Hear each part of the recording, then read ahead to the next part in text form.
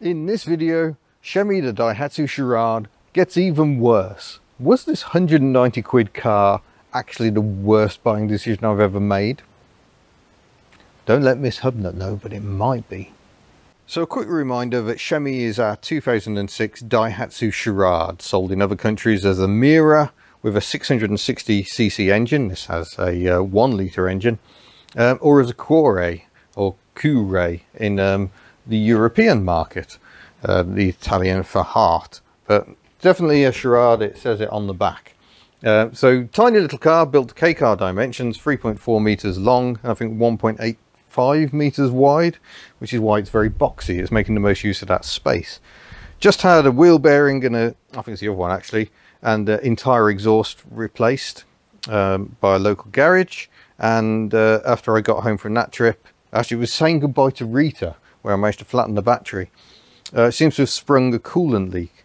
I don't think it's a very bad coolant leak, because I can see coolant is still in the overflow tank here, albeit it's at a low level. But it's coming from where you really don't want water to come from, which is the inlet manifold. Yeah, I'd say that gasket's gone myself. Just operate the throttle.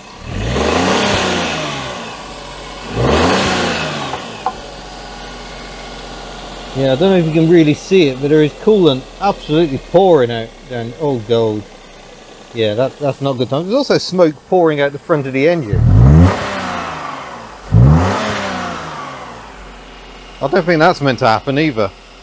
And this should be attached rather better than it is. There we go, that goes in there.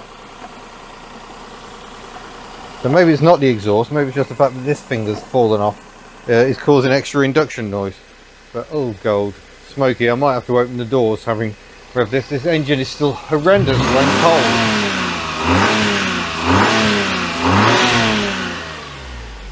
Yeah, the smoke does clear when you've warmed the engine up, but when she's cold it's horrendous. And the garage actually said to us, do you want to do this job given how much smoke this car is pouring out? And we're like, yeah, it'll be absolutely fine. And sure enough, it isn't. Oof. So yeah, we'll open the door for a bit of extra ventilation there, I think. Good old handy prop. There we go.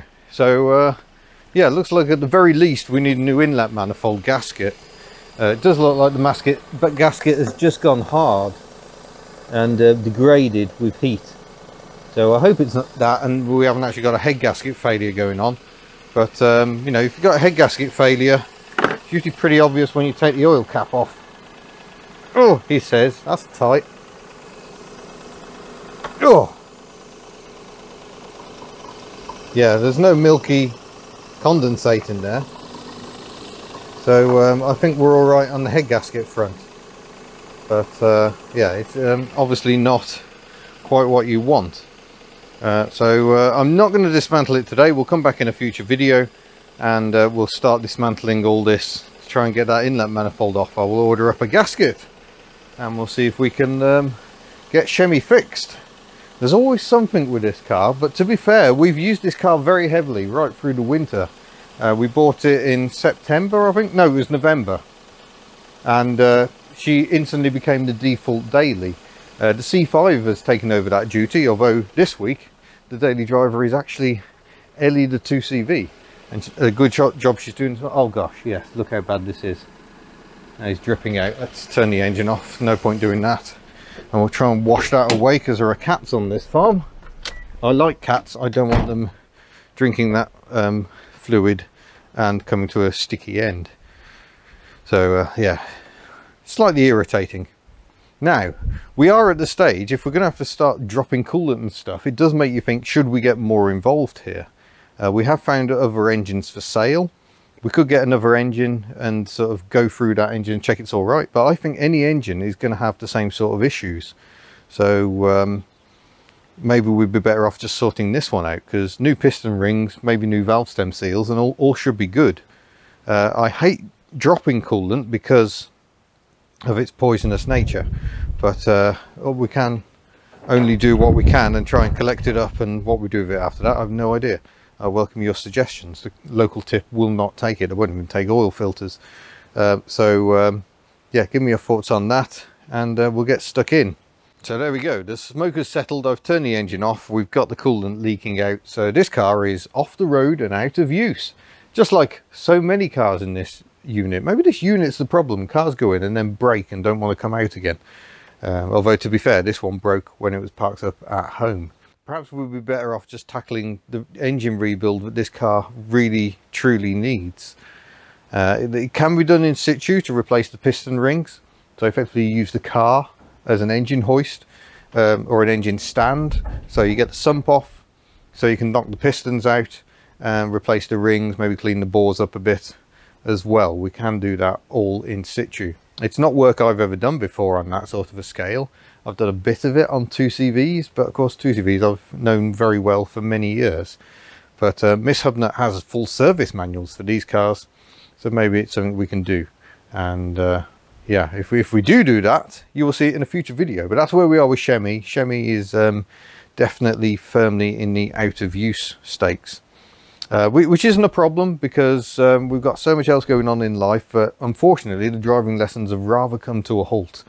And given the waiting times for tests at the moment, maybe that's no bad thing. So yeah, we'll see. Yeah, we'll have a chat about what we're going to do with this car when I get back home, and then we'll start it, because really we like this car. It works so well. It's such a good little car. I drove a Fiat Panda recently, and I would take this over a Panda any day of the week. As good as I think the Panda is, I think this is actually better, but we do need to sort out some of its issues. I mean, personally, most people would throw this car in the bin, but we're not like that. Miss Hubnut loves this car. I really like driving it too. It's been such a good daily for us through the winter, but I think it's due some love. So that might be the next big project, which means all the other projects are going to have to wait, but there we go. So yeah, you will see that, and hopefully some tinkering and less waffle in a future video. But I wanted to keep you updated rather than jump on this and start recording some massive series. So we will film more when work begins. But until then, thank you for watching, and we shall see you in a future video. Farewell.